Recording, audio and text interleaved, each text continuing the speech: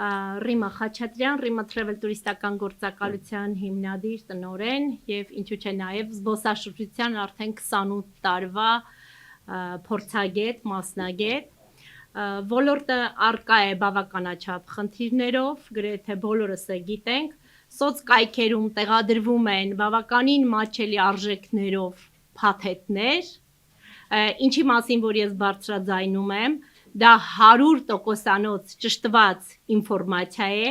եւ բոլոր այն քաղաքացիները, որոնք որ կարծում են, որ մենք ընդդիմադիր ենք այս ոլորտում եւ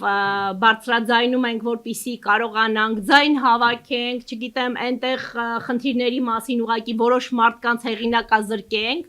այլ չարաչար շփոթում են, որովհետեւ ես ինքս եթե խոսում եմ որևիցե ոլորտի մասին, ապա դրանք 100%-անոց ճշտված ինֆորմացիա է։ Սոցհարթակներում տեղադրվում են բավականին մատչելի, շատ մատչելի փաթեթներ, գրեթե փաթեթների արժեքները իրական արժեքներից դրանք 400,000, 500,000 դրամ մատչելի են լինում։ Եվ վաճառք է իրականացվում, սակայն այսօր ոլորտում հսկողություն չկա։ Բավականին քաղաքացիներ այսօր Հայաստանում ունեն խնդիրներ զբոսաշրջության ոլորտի հետ կապված, սակայն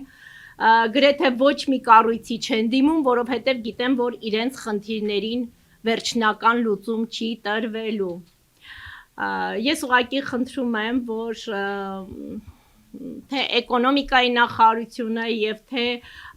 հատուկ կազմակերպությունները, ովքեր որ պետք է վերահսկեն այս դաշտը, որը որ բաց թողի վիճակում է կարելի ասել, անպայման վերահսկեն եւ այն մասնագետները, որոնք որ արդեն ունեն երկար տարիների փորձ այս ոլորտում, զբոսաշրջության ոլորտում, շուկայից դուրս չգան զբոսաշրջության, որովհետև եթե այսպես շարունակվի, բավականին տուրիստական գործակալությունները կփակվեն, որովհետև մրցակցությունը շատ ուժեղ է դարել այսօր Հայաստանի Հանրապետությունում, եթե օրինակ, այսպես ասեմ, Shelby տուրը, տուրիստական գործակալությունը իրական արժեքից, փաթեթի իրական արժեքից վաճառում է $200-300 ավելի մատչելի, ապա Rima Travel տուրիստական գործակալությունը ոնց կարող է վաճառել իրական արժեքով։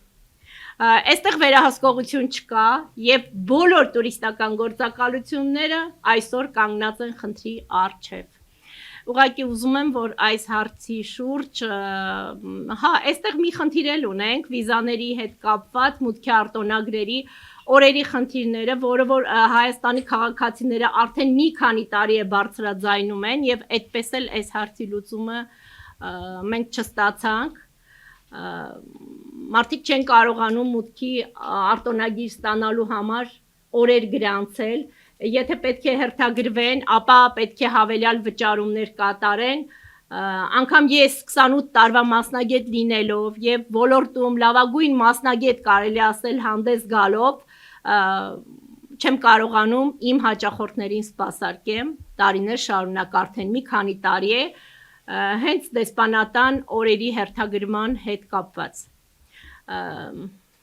Սա այն խնդիրն է, որը որ պետք է այդ հարցի վրա մենք ուշադրություն դարձնենք։